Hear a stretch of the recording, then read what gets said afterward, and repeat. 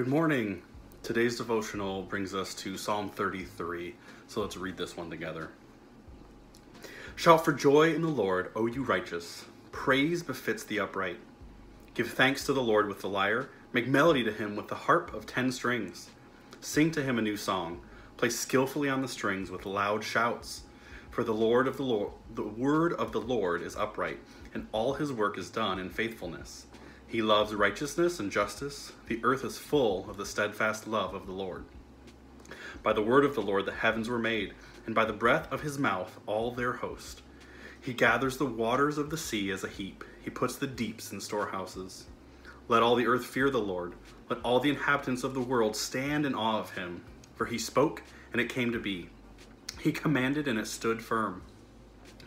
The Lord brings the counsel of the nations to nothing. He frustrates the plans of the peoples. The counsel of the Lord stands forever, the plans of his heart to all generations. Blessed is the nation whose God is the Lord, the people whom he has chosen as his heritage. The Lord looks down from heaven. He sees all the children of man. From where he sits enthroned, he looks out on all the inhabitants of the earth.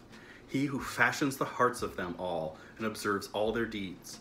The king is not saved by his great army. A warrior is not delivered by his great strength.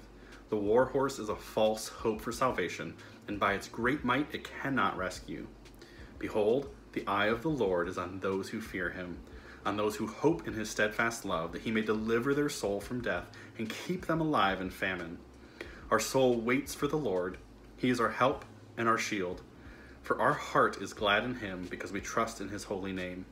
Let your steadfast love, O Lord, be upon us, even as we hope in you. This psalm once again gives us this big to small perspective that we've seen a few times, right? Starting with the idea that God is the God of creation, and then making it a little more personal that God's plans stand better than the plans of nations and of peoples as they're moving through the world, and then all the way down to God looks down from heaven. He sees all the children of man, right down to each individual heart that God created. And it's just an incredible truth to think about, that a lot of times we get caught up that we think God is too big for our small problems, and he's too small to handle the big things that we have. And really, this psalm helps us see the vastness of God, but the personalness of God as well.